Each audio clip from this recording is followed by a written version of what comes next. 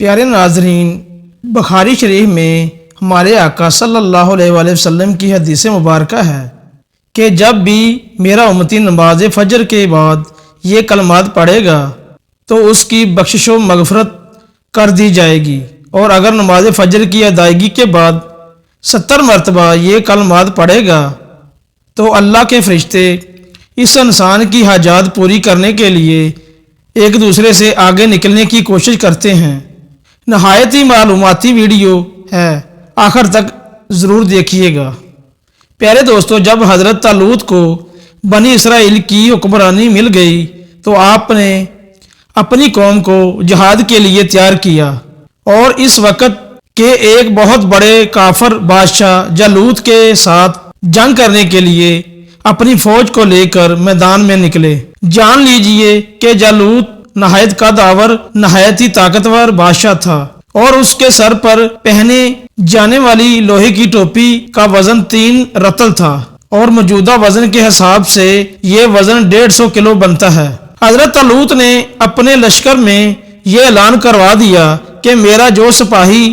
جالوت کو قتل کرے گا، میں اپنی شہزادی کا نکاح اس کے ساتھ کر دوں گا اور اپنی آدھی سلطنت بھی اس کو دے دوں گا۔ یہ فرمان شاہی سن کر حضرت داؤد علیہ السلام آگے بڑھے، جو ابھی عمر میں بہت ہی کم سن تھے۔ بیماری سے ان کا چہرہ بھی زرد ہو رہا تھا۔ اس وقت ان کی غربت اور مفلسی کا یہ عالم تھا کہ لوگوں کی بکریاں چرا کر ان کی اجرت سے گزر بسر کرتے تھے۔ اور روایت میں بتایا گیا ہے کہ جب حضرت داؤد علیہ السلام گھر سے جہاد کے لیے روانہ ہوئے تھے تو راستے میں ایک پتھر یہ بولا کہ اے حضرت داؤد، مجھے اٹھا لیجئے اور اپنے ساتھ رکھ لیجئے، کیونکہ میں حضرت موسیٰ علیہ السلام کا پتھر ہوں۔ پھر دوسرے پتھر نے پکار کر کہا کہ اے داؤد، مجھے اٹھا لیجئے، کیونکہ میں حضرت ہارون علیہ السلام کا پتھر ہوں۔ پھر یہ ایک تیسرے پتھر نے آپ کو پکار کر عرض کیا کہ اے داؤد علیہ السلام، مجھے اٹھا لیجئے، کیونکہ میں جالوت کا قاتل ہوں۔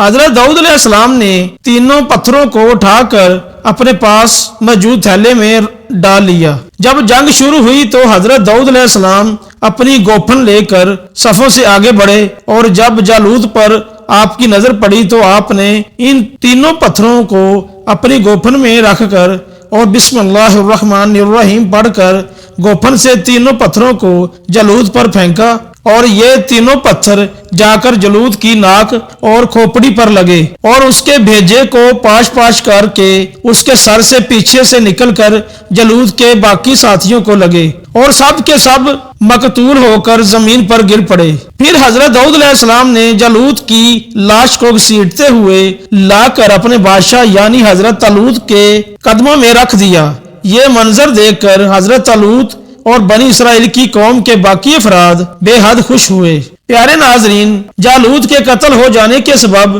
ان کا پورا لشکر ڈر کے مارے وہاں سے بھاگ نکلا، اور حضرت طالوت کو فتح مبین ہو گئی۔ اس فتح کے بعد اپنے اعلان کے مطابق حضرت طالوت نے اپنی ایک بیٹی کا نکاح حضرت داؤد علیہ السلام کے ساتھ کر دیا، اور ساتھ ہی ساتھ اپنی آدھی سلطنت بھی انہیں سونپ دی۔ اس کے بعد 40 برس کے بعد جب حضرت طالوت کا انتقال ہو گیا تو حضرت داؤد علیہ السلام پوری سلطنت کے بادشاہ اور حکمران ہو گئے۔ پیارے ناظرین، جب اس دور کے نبی حضرت شمویل علیہ السلام کی وفات ہو گئی تو اللہ سبحانہ و تعالیٰ نے حضرت داؤد علیہ السلام کو نبوت سے بھی سرفراز فرما دیا۔ جان لیجئے کہ حضرت داؤد علیہ السلام سے پہلے یہ دونوں اعزازات و عہدہ جات یعنی نبوت اور بادشاہت کسی بھی ایک انسان کو نہیں ملے تھے۔ آپ پہلے انسان تھے جو ان دونوں عہدوں پر سرفراز ہو کر 70 برس تک ان دونوں منصبوں کے فرائض کو پورا کرتے رہے۔ پھر آپ کے بعد آپ کے فرزند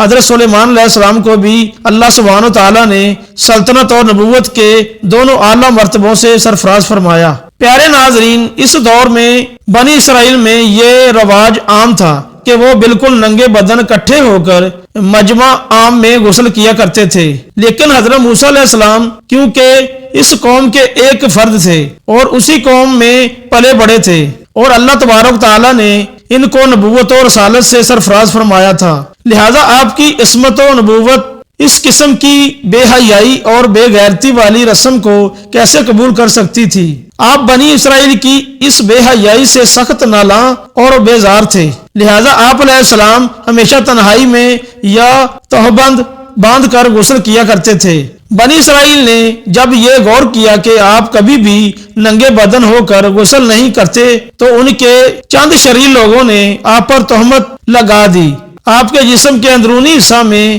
یا تو برس کی بیماری کے سبب سفید داغ ہیں یا آپ کے جسم کے اندر کوئی خامی ہے جس کو چھپانے کے لیے ہی آپ کبھی برہنہ نہیں ہوتے۔ ان ظالموں نے اس تہمت کا ایسا پروپیگنڈا کیا کہ ہر طرف ان کی اس بات کا چرچا پھیل گیا، لیکن جب اس مکروہ تہمت کی شورش کا حضرت موسیٰ علیہ السلام کو علم ہوا تو آپ انتہائی رنج و غم اور کوفت میں مبتلا ہو گئے۔ اللہ سبحانہ و تعالیٰ اپنے برگزیدہ رسول اور کلیم اللہ کے رنج کو بھلا کیسے گوارا کر سکتا تھا، اور آپ پر لگائی گئی تہمت اللہ رب العزت کو بھلا کیوں کر گوارا اور پسند ہو سکتی تھی؟ اسی وقت اللہ سبحانہ و تعالیٰ نے اپنے پیارے محبوب علیہ السلام کی بے عیبی ظاہر کرنے کا ایک ایسا ذریعہ پیدا فرما دیا کہ چشم زدن میں بنی اسرائیل کے شریروں اور ظالموں کے دل و دماغ میں موجزن تمام شکوک و شبہات کے بادل چھٹ گئے، اور حضرت موسیٰ کلیم اللہ کی بے عیبی تمام بنی اسرائیل پر روشن آفتاب کی مانند ظاہر ہو گئی۔ واقعہ یوں پیش آیا کہ ایک دن آپ پہاڑوں کے درمیان ایک چھپے ہوئے چشمے پر غسل فرمانے کے لیے تشریف لے گئے، اور جب آپ نے دیکھا کہ یہاں دور دور تک کسی انسان کا نام و نشان نہیں ہے تو آپ اپنے تمام کپڑوں کو اتار کر ایک پتھر پر رکھ کر غسل فرمانے لگے۔ غسل فرمانے کے بعد جب آپ اپنا لباس پہننے کے لیے اس پتھر کے پاس پہنچے تو کیا دیکھتے ہیں کہ وہ پتھر آپ کے تمام لباس کو لے کر سرپٹ بھاگتا ہوا شہر کی جانب چلا جا رہا ہے۔ یہ دیکھ کر حضرت موسیٰ علیہ السلام بھی اس پتھر کے پیچھے پیچھے دوڑنے لگے اور اس پتھر کو پکارنے لگے کہ سوبی حجر، یعنی اے پتھر میرا کپڑا، اے پتھر میرا کپڑا، لیکن وہ پتھر برابر بھاگتا رہا، یہاں تک کہ شہر کی بڑی بڑی شاہراہوں سے ہوتا ہوا گلی اور کوچوں میں پہنچ گیا، اور آپ بھی برہنہ بدن کے حالت میں برابر اس کے پیچھے دوڑتے چلے گئے، اور اس طرح سے بنی اسرائیل کے ہر ایک فرد نے اپنی آنکھوں سے دیکھ لیا کہ حضرت موسیٰ علیہ السلام کے مبارک بدن میں کہیں بھی کوئی عیب موجود نہ تھا، بلکہ آپ کے مقدس جسم اطہر کا ہر ایک حصہ حسن و جمال اپنے نقطہ کمال پر پہنچا ہوا تھا کہ اس وقت کے عام انسانوں میں اس کی مثال نہ ملتی تھی۔ چنانچہ بنی اسرائیل کے ہر فرد کی زبان پر یہی جملہ تھا کہ خدا کی قسم موسیٰ بالکل ہی بے عیب ہیں۔ جب یہ پتھر آپ کو پورے علاقے میں اپنے پیچھے پیچھے بھگا چکا تو خود بخود ایک مقام پر ٹھہر گیا۔ آپ نے جلدی سے اپنا لباس زیب تن کیا اور اس پتھر کو اٹھا کر اپنے جھولے میں رکھ لیا۔ پیارے ناظرین، میدان طے میں اس پتھر پر حضرت موسیٰ علیہ السلام نے اپنا عصا مار دیا تھا تو اس میں سے 12 چشمے جاری ہو گئے تھے، جس کے پانی کو 40 سال تک بنی اسرائیل کے لوگ میدان طے میں استعمال کرتے رہے تھے۔ پیارے ناظرین، قرآن کریم کی مبارک اور مقدس آیات کے منکر جو ہر چیز کو اپنی ناقص عقل کی عینک سے ہی دیکھتے ہیں اور اس پتھر سے پانی کے چشموں کے جاری ہونے کو محال قرار دیتے ہیں اور کہتے ہیں کہ ہماری عقل اس معجزے کو تسلیم نہیں کر سکتی کہ اتنے چھوٹے سے پتھر سے 12 چشمے جاری ہو گئے، حالانکہ یہ منکرین اپنی آنکھوں سے دیکھ رہے ہیں کہ بعض پتھروں میں اللہ سبحانہ تعالیٰ نے ایسی تاثیر پیدا فرما دی ہے کہ وہ بال مونڈ دیتے ہیں، بعض پتھر سرکہ کو تیز اور ترش بنا دیتے ہیں، بعض پتھروں کی خوبی ہے کہ وہ لوہے کو دور سے کھینچ لیتے ہیں، بعض پتھروں سے موذی جانور بھاگ جاتے ہیں، بعض پتھروں سے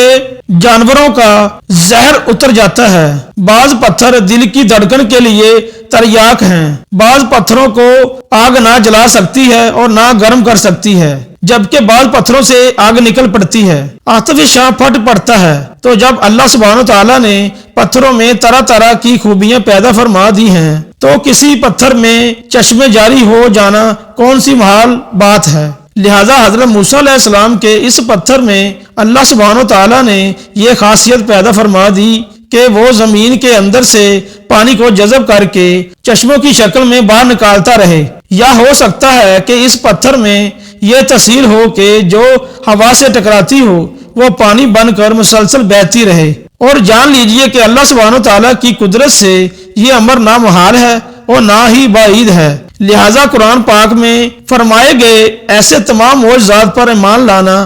دین کی لازم شرط ہے اور ان کا انکار کفر ہے۔ بخاری شریف۔ پیارے ناظرین، حضرت ابو ہریرہ رضی اللہ تعالی عنہ فرماتے ہیں کہ اللہ کے حبیب سید الانبیاء سید المرسلین جناب محمد صلی اللہ علیہ وآلہ وسلم نے ارشاد فرمایا کہ اللہ تعالیٰ اپنے ایک نیک بندے کا جنت میں ایک درجہ بلند فرماتا ہے، تو بندہ عرض کرتا ہے کہ اے رب مجھے یہ درجہ کیسے ملا؟ تو اللہ رب العزت فرماتا ہے کہ یہ تیرے لڑکے کی تیرے لیے دعائیں مغفرت کرنے کی وجہ سے ہے۔ مشکوات شریف۔ پیارے دوستو، حدیث مبارکہ میں آیا ہے کہ جو شخص ہر روز فرض نماز کے بعد 3 دفعہ لا الہ الا اللہ کہے تو اللہ سبحانہ و تعالیٰ اس کے گناہ بخش دے گا۔ جو شخص نماز فجر کے بعد 7 مرتبہ پڑھے تو اللہ سبحانہ و تعالیٰ اس پر دوزخ کے 7 طبقے حرام کر دے گا، اور جو شخص 8 بار پڑھے تو اللہ تبارک و تعالیٰ اس کے لیے بہشت کے 8 دروازے کھول دے گا۔